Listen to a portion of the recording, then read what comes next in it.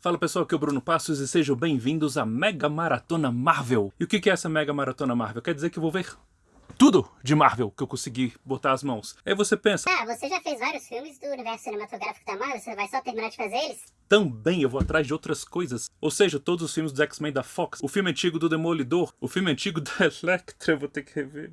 Basicamente tudo que foi criado para telas baseados em gibis da Marvel. Eu criei uma playlist com esse nome, Mega Maratona Marvel, que eu vou incluir todos os vídeos que eu fizer da Marvel daqui pra frente, e todos os vídeos que eu já fiz sobre filmes da Marvel vão estar lá. Por exemplo, você vai ter vídeo do Doutor Estranho pra frente no universo cinematográfico da Marvel, fiz todos. Eu tenho alguns vídeos dos X-Men da Fox. Confere aí então a playlist, mas então vamos começar em grande estilo com WandaVision. Quero deixar avisado aqui que eu vou falar dessa série com spoilers. Depois de 23 filmes do universo cinematográfico da Marvel, chega a sua primeira série numa coisa bastante inédita nessa história de adaptações de quadrinhos para cinema, porque agora tá misturando com séries, e misturando mesmo. Não é só como, por exemplo, na Agents of S.H.I.E.L.D. ou nas próprias séries da Marvel da Netflix, em que havia uma menção bem leve sobre algo que aconteceu. Não podia nem falar o nome, sabe? Tipo, eles falam o Verdão, pra não falar Hulk. Agora não, é misturado mesmo, e os eventos das séries vão ter feitos de peso nos filmes, e vai tudo se entrelaçar. E eu gosto dessa nova proposta. Porque também, olha só, a Marvel terminou toda essa saga dela ali dos Vingadores com o Ultimato, ainda teve um epílogo com o segundo filme do Homem-Aranha. Já tem muita gente dizendo que tá saturada de filme de heróis, que não aguenta mais. E depois que você entregou toda uma coisa construída ao longo de mais de uma década para chegar ao Ultimato, com aquele clímax gigantesco, como você mantém as pessoas interessadas? Como você convence essas pessoas que ainda tem muita história tão boa quanto, ou melhor, para ser mostrada nas telas de cinema? A gente já viu que a Marvel vai enveredar para as coisas do multiverso. Isso pode ser uma bomba gigantesca muito, muito foda, vamos ver. Mas parte dessa estratégia também é essa história de mesclar as séries ao UCM. Então,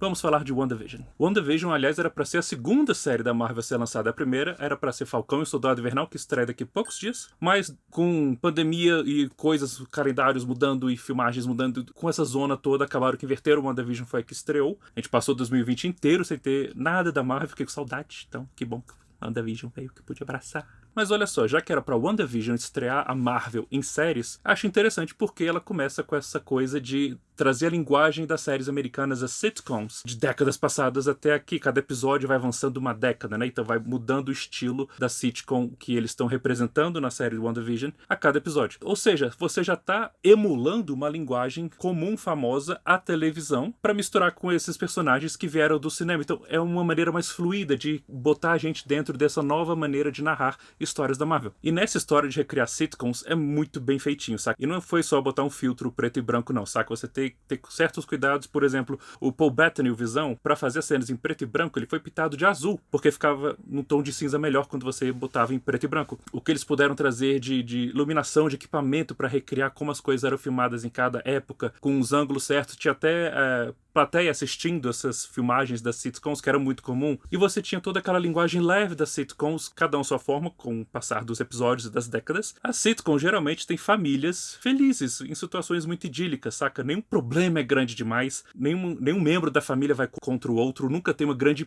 perda nessa história, você vive quase no mundo ideal e utópico. Então nisso você tem a Wanda e o Visão atuando de maneiras que a gente nunca viu antes, o que é divertido, e como as coisas vão sendo reveladas aos poucos, a série conseguiu manter um interesse assim de semana a semana, saca? Não lançou tudo de uma vez pra gente maratonar, e funcionou bem pra Marvel essa história de lançar cada semana, porque toda semana tinha gente comentando e levantando trocentas mil teorias do que podia vir a acontecer, e gerou muito engajamento pra essa série. E a cada episódio vai crescendo essa sensação de que há algo errado naquela realidade, crescendo não só pra gente, que a gente obviamente sabe que tá errado, mas também pra alguns personagens ali envolvidos.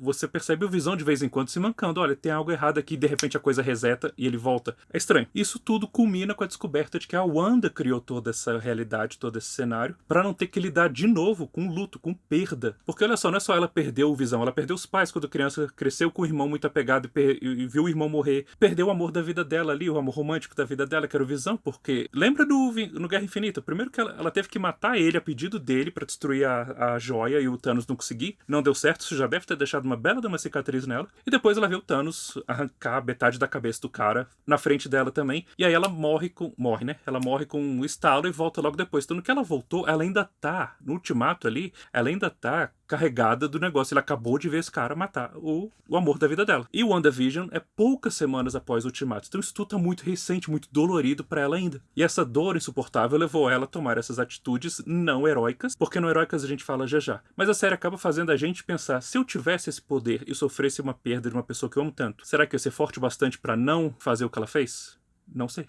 Agora, falando do que ela fez, isso é uma coisa que a Marvel precisa abordar no futuro. Ela tomou essas atitudes, como eu falei, não heróicas, né? Tipo, ela basicamente dominou aquela cidade inteira e o que aquelas pessoas todas sofreram foram tortura. Todo mundo ali vai sair com um trauma enorme. Na hora que uma das mulheres começa a recuperar o controle, né?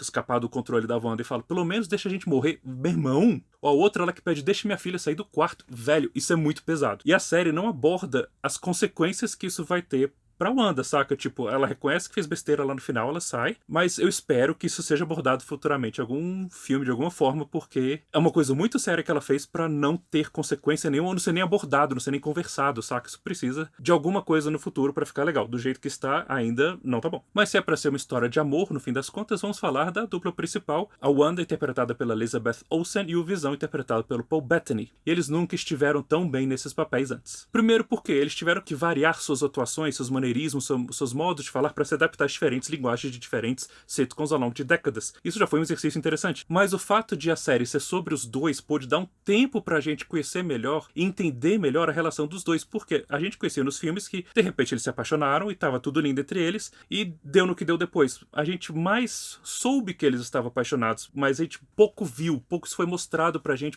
entender o sentimento de um pelo outro. E agora, tendo 9 episódios pra desenrolar bem o relacionamento entre os dois, você vai testemunhando momentos de puro carinho, saca? De carinho muito genuíno, muito verdadeiro, que vem de bom trabalho desses dois atores, que além de ter uma excelente química, funcionam muito bem quando estão interagindo um com o outro. Quando eles têm que passar carinho um pelo outro, é tão genuíno que é difícil você não se envolver ali e finalmente entender, nossa, perder um amor desse não é pra qualquer um que aguenta e ficação, não. Dando uma pausa em Wanda e Visão, eu gosto que a série também aborda alguns acontecimentos do universo ali, do CM, né? Após o Ultimato. Porque ele explora, mesmo levemente, as consequências entre os dois estalos, né? Do Thanos e do Hulk, ter passado 5 anos. E eu gosto do que isso traz pra esse universo, porque dá uma amadurecida nesse universo, saca? Não é só o bem venceu e tá tudo lindo, resolvido. Não, as ações do Thanos tiveram consequências pesadas e bilhões de pessoas, trilhões de seres no universo, sei lá, vão ter que lidar pra sempre com traumas. É uma infindável quantidade de seres que vão ter cicatrizes eternas. Porque imagina só, primeiro vamos pensar um pouco no macro, pensa no planeta. Metade da população some. Quem sumiu?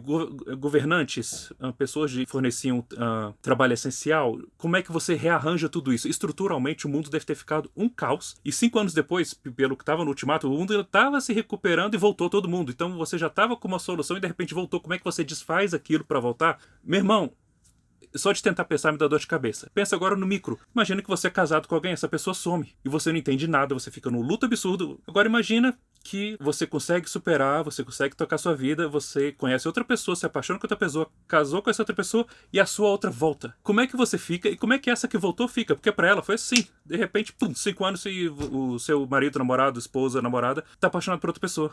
Velho, esses 5 anos foi um grande acerto do Ultimato e dar esse peso nas consequências das ações do Thanos. E aqui volta um pouco, porque a série usa isso para apresentar a Monica Rambeau. Não apresentar a personagem Monica Rambeau, né? Porque ela já foi apresentada no Capitã Marvel como criança, mas aqui ela tá adulta. Ela é interpretada pela atriz Teyonah Parris, que foi uma ótima escolha. E aqui a gente, dentro de WandaVision, a gente meio que acompanha a história de origem da Monica Rambeau, porque nos quadrinhos ela é uma super-heroína, teve vários nomes, dependendo do uniforme, da década, não vou falar todos aqui, mas claramente a gente já vê ela se tornando alguém com poderes que vai se tornar uma super-heroína. Então você tem essa subtrama correndo dentro de WandaVision pra seguir com a personagem no CM. E eu gostei muito da Teyonah Parris porque você vai descobrindo algumas camadas da alma dessa personagem, saca? Tipo, o lance dela perder a mãe, tipo, ela voltou e de repente não tem mãe, acabou. Pensa nos traumas que eu falei. E menciona alguma coisa lá que ela ficou triste com alguma coisa que aconteceu com a Carol Danvers. Tem muita coisa a ser explorada e ela tá mudando também. Essa atriz, pra mim, já mostrou que ela tem capacidade de fazer muita coisa legal, muita coisa emotiva, e eu fico empolgado pra ver o que ela vai trazer pro futuro dessa personagem. A direção da série é do Matt Shakman, e é muito certeira, muito direitinha, mas eu gosto principalmente como ele usou a razão de aspecto como parte da narrativa, saca? O que é a razão de aspecto? Eu vou falar bem a grosso modo aqui, tá? Pensa nas séries bem antigas. Os televisores eram quadrados, então elas eram filmadas em formato quadrado para passar direitinho no seu televisor. E as telas de cinema sempre foram retangulares, ok? Tem diferentes tamanhos ali, mas sempre foram retangulares. Então o que a série fez? Quando tá nas sitcoms, dentro do mundo que a Wanda criou, fica quadradinho, principalmente no começo, que tá com essas séries mais antigas. E quando vai pro mundo real, abre. E no começo fica só, que legal, tipo, pra ficar fiel à linguagem das séries antigas, botou quadradinho, e quando tá no mundo real, tá no retângulozinho. Mas não fica só isso, ele usa esse artifício até pra te passar informação, saca? Acontece algumas vezes, mas uma que chamou bem a atenção é quando a Wanda entra no covil lá da Agatha Harkness. No que ela tá entrando, eles estão dentro do mundo da Wanda, mas no que tá entrando, você vê a tela abrir. Aí você se manca, eita, isso daí não é parte da ilusão da Wanda, não, isso é mundo real. Aí você começa a se envolver naquilo ali. É uma sacada visual de narrativa muito boa. Quanto ao roteiro, tem coisas que eu gostei muito e tem coisas que não funcionaram muito bem, que no final das contas não atrapalhou uma experiência que eu gostei muito da série. Mas uma coisa que eu gostei muito, poucas coisas eram jogadas em tela e ficavam largadas. Era sempre retomada depois de alguma forma, tinha um peso pra levar depois, e o pouco que ficou solto, creio eu que vai ser recuperado lá na frente em outras obras do CM, vamos ver. Parece que Marvel, Kevin Feige e todo seu time criativo ali tá aprendendo a fazer série, saca? Não é que a série ficou ruim, mas a história de quebrar os episódios em semanas para gerando mais mistério funciona nesse quesito de te deixar mais interessado, mas peca no ritmo. O que isso quer dizer? Quer dizer que alguns elementos ficam arrastados demais, tipo, demora demais para resolver algumas coisas, e quando outras precisam ser resolvidas, outras que criaram um interesse muito interessante, é muito corrido, então o peso que aquela coisa teria em você, a empolgação que ela causaria em você, meio que cai um pouco. E um grande exemplo de coisa apressada é a personagem, a Agatha Harkness, porque ela começa interessantíssima lá como Agnes, né? Ela faz a vizinha intrometida lá, digamos, mas vai tendo um episódio ou outro em que você vê que ela parece que tá fora daquele controle, tá agindo, ela meio que tem uma ciência que ela tá sendo controlada pela Wanda e quer fazer de acordo, você vai criando um mistério em volta dessa personagem muito bom. E a atriz excelente, a Catherine Hahn, ela é muito carismática, cara. Não só fazendo esse arquétipo da vizinha bisbilhoteira, mas na hora que ela tem que fazer essas transições, que depois você descobre que é mentira, porque ela é a Agatha Harkness, ela é muito boa. Mas nisso você vai levantando todo o interesse pela Agnes. Quando revela que a Agatha Harkness, você conhece o passado dela lá de bruxas e que aconteceu aquilo. É um artifício interessante pra você entender um pouco das motivações dela, mas dali em diante, os dois últimos episódios, o último principalmente, essa personagem é reduzida a ser um despejo de informação expositiva. Saca? Aqueles diálogos que são muito... É difícil de acreditar que o diálogo realmente correria daquela forma. Tá claro que ela tá falando aquilo pra Wanda, não pra Wanda ouvir, mas pra gente, espectador, saber todo o background. E quando muita coisa é só jogada, assim, só dita, não mostrada, a gente não sente. Então perde muito do impacto. A personagem ficou muito pouco interessante no final. E considerando o desenvolvimento que ela vinha tido até então, é triste. No final, inclusive, naquela batalha lá, ela até dá risada de bruxa, ela ficou muito caricata. De uma personagem interessante, ela virou só uma caricatura de vilã. Só faltou botar a mão na barriga e ficou... Ficou exagerado, não gostei. E tipo, isso é um exemplo, tá? Há outros momentos positivos em exagero ao longo da série, que não é muito bom, tipo, eu sei que é muito impossível evitar diálogos positivos totalmente, mas aconteceu demais aqui. A sorte é que os atores são muito bons, isso compensa, porque tem alguma coisa na tela que te cativa. Mas mesmo assim, teve sacadas ótimas em WandaVision. Por exemplo, escalar o Evan Peters pra fazer o Pietro. Evan Peters, tá aqui, ó, o Mercúrio lá dos filmes da Fox, que depois da compra da Fox pela Disney, todo mundo fica se perguntando como que os mutantes vão entrar no CM, e de repente o Evan Peters aparece, todo mundo, uai, já vai ser assim, o multiverso vai puxar todos aqueles atores dos filmes da Fox pra atuar aqui, e não, né? Isso acabou sendo só uma piadinha da Marvel pra sacanear com a gente. E sinceramente, eu gostei. Depois que você se manca o que é, eu falei, Marvel, sua safada. Eu gostei, brinca mais, vamos lá. Mas, tirando essa brincadeira à parte, também tinha gente na internet levantando teorias de talvez aparecer alguém do Quarteto Fantástico. E eu fiquei feliz que nenhum personagem grande apareceu. Se aparece algum mutante, se aparece alguém do Quarteto, se aparece qualquer outro dos grandes heróis do próprio CM, o foco da série mudava um pouco demais. Todo mundo ia ficar comentando depois, concentrado no fato de que, meu Deus, apareceu o Wolverine, apareceu o Doutor Estranho, ia perder o foco do que é o cerne dessa série, que é a relação entre Wanda e Visão e pelo que a Wanda tá passando. E assim você acabava reduzindo essa jornada emocional dela para apenas um artifício que ia apresentar elementos para pro futuro do CM. E você criar uma série dando nome para dois personagens e eles só servirem de escada para outras coisas, seria muita sacanagem, muita enganação também. Gostei como ficou. Além disso, a série teve um outro objetivo aqui que deu muito certo, que foi apresentar o nome Feiticeira Escarlate ao UCM, porque ela nunca foi chamada assim antes, ela era sempre a Wanda, a gente de fora aqui que conhece ela dos quadrinhos, que fala, Feiticeira Escarlate. E eu gostei como a série fez esse nome aparecer, porque não vira só um codinome porque tem que ter o codinome ou apelidozinho. Tem um motivo, ela é uma entidade Feiticeira Escarlate ali que a Agatha Harkness fala. E aí quando ela assume de vez esse papel, esse poder e forma o uniforme, porra, é muito foda, velho. É assim que se apresenta alguém. Se fosse alguém só falando, você tem uma magia meio vermelhinha, né? Vou te chamar de Feiticeira Escarlate. Do jeito que tá, deu muito certo, saca? A gente foi apresentado a Wanda há muitos filmes, lá desde da Era de Ultron, mas agora a gente tá sendo apresentado a Feiticeira Escarlate. E é outro nível de personagem, outro nível de coisas que pode acontecer com ela, com a Wanda, né? É muito poder na mão de alguém só. A Agatha falou que ela é mais poderosa que o Doutor Estranho, meu irmão. E ela já tá confirmada na sequência do Doutor Estranho, né? Doutor Estranho e o Multiverso da Loucura. E é dirigido pelo Sam Raimi. Eu tô muito empolgado por esse filme. E o Visão também tem o seu destaque aqui, saca? Primeiro porque, ainda mais no final que ele descobre que o Visão daquele mundo da Wanda é uma criação dela, não é? Ou ela pegou o corpo e refez, a série enganou direitinho nisso. Ele basicamente age como a consciência dela. Então, quando você volta e começa a pensar, toda hora que o Visão começava a se mancar do que tá acontecendo e ia falar com a Wanda, olha, tem alguma coisa errada aqui, e a Wanda consertava. Era a Wanda, na verdade, falando com ela mesma. Tipo, eu tô fazendo uma besteira, mas eu não consigo parar, eu não quero ter que lidar com essa dor. Eu não quero ficar sem o amor da minha vida e depois com os filhos. E nesses momentos em que o Visão tá agindo como a consciência dela, levantando e sendo adorável com a esposa, é tão bonitinho, cara. O Paul Bettany faz tão bem. E todo esse lado eu gostei muito. E depois, quando ele se manca do que tá acontecendo, e ele enfrenta o Visão, o corpo lá, o Visão branco, aliás, que nos quadrinhos também era basicamente um robô sem emoções, e do jeito que ele foi apresentado aqui, foi meio que com isso, mas ele já encontra com esse outro Visão, e eu gostei que teve a porradaria que a gente sempre gosta de ver, mas como terminou isso, num embate intelectual, filosófico, foi foda. Tem tudo a ver com esse personagem. Então se chama WandaVision, fez muito bem pra esses dois. O futuro promete muito pra eles. Eu gosto de pequenas sacadinhas e easter eggs só pra gente ficar felizinho, como o episódio de Halloween em que eles se vestem com o uniforme bem caricato deles dos quadrinhos antigos. Aquilo foi muito legal. Outra sacada boa também, como é comum em série, né? É costume que o episódio começa com algum personagem falando previamente em tananã, na série e tal, né? E aqui era sempre a voz da Wanda falando previously em WandaVision. E a cada episódio você vê que a voz dela vai deixando de ficar feliz. A voz dela no primeiro episódio, a da última, quando ela fala isso, é bem diferente. Isso é muito legal. E antes de fechar aqui, um comentário. Que créditos longos, hein? Tipo, deu pra perceber que além dos créditos normais do time que produziu a série, né? Tinha os créditos de todos os dubladores de todos os países do mundo. Aí o negócio ficou realmente grande. Então, às vezes, a gente via lá uma barra de progressão lá no Disney Plus enorme. A gente fala, putz, tem um monte de episódio ainda. Dava 2 minutos e acabava e você ficava, ué.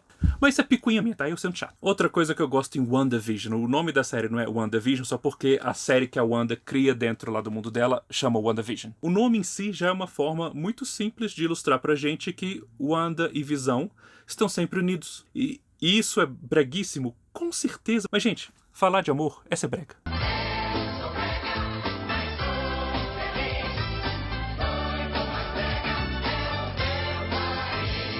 Mas como o roteiro é muito bom nesse quesito do romance entre os dois atuam tão bem na hora que eles têm que mostrar carinho pelo outro, isso fica bonitinho até, saca? Você termina a série se importando muito mais com Wanda e com Visão e o que pode acontecer com eles. E ao mesmo tempo a obra engrandece muito a Wanda como um personagem extremamente complexa, como todos nós somos, explorando essas camadas de alguém que está sofrendo muito e tem dificuldade de lidar com isso. E sim, como eu falei, ela acabou tomando atitudes que são atitudes vilanescas até, perdida, né, nessa dor dela de não querer encarar essa dor. E sim, eu acho que isso tem que ser tratado no futuro, isso não pode ficar do jeito que ficou, muito pouco pro tanto de sofrimento que ela causou, mas isso é pra depois. Do jeito que tá, a WandaVision pode até ter lá o Hayward como vilãozinho babaca, muito estereotipado também, pode ter a Agatha Harkness, tem lá seus vilões, mas a verdadeira luta da Wanda é consigo mesma. Pessoal, muito obrigado por assistirem meus vídeos. Estão a fim de embarcar comigo nessa mega maratona Marvel? Já tenho a playlist aqui com tudo que eu já fiz de Marvel. E será que você adivinha qual vai ser o próximo filme da Marvel que eu vou fazer vídeo? Já vou adiantar que eu sofri. Gostou de WandaVision? Não gostou de WandaVision? Concorda com alguma coisa que eu falei? Discorda solenemente? Comenta ali, curte o vídeo, por favor, para ajudar esse canal. E para continuar dando passos nessa maratona Marvel, não deixem de se inscrever aqui.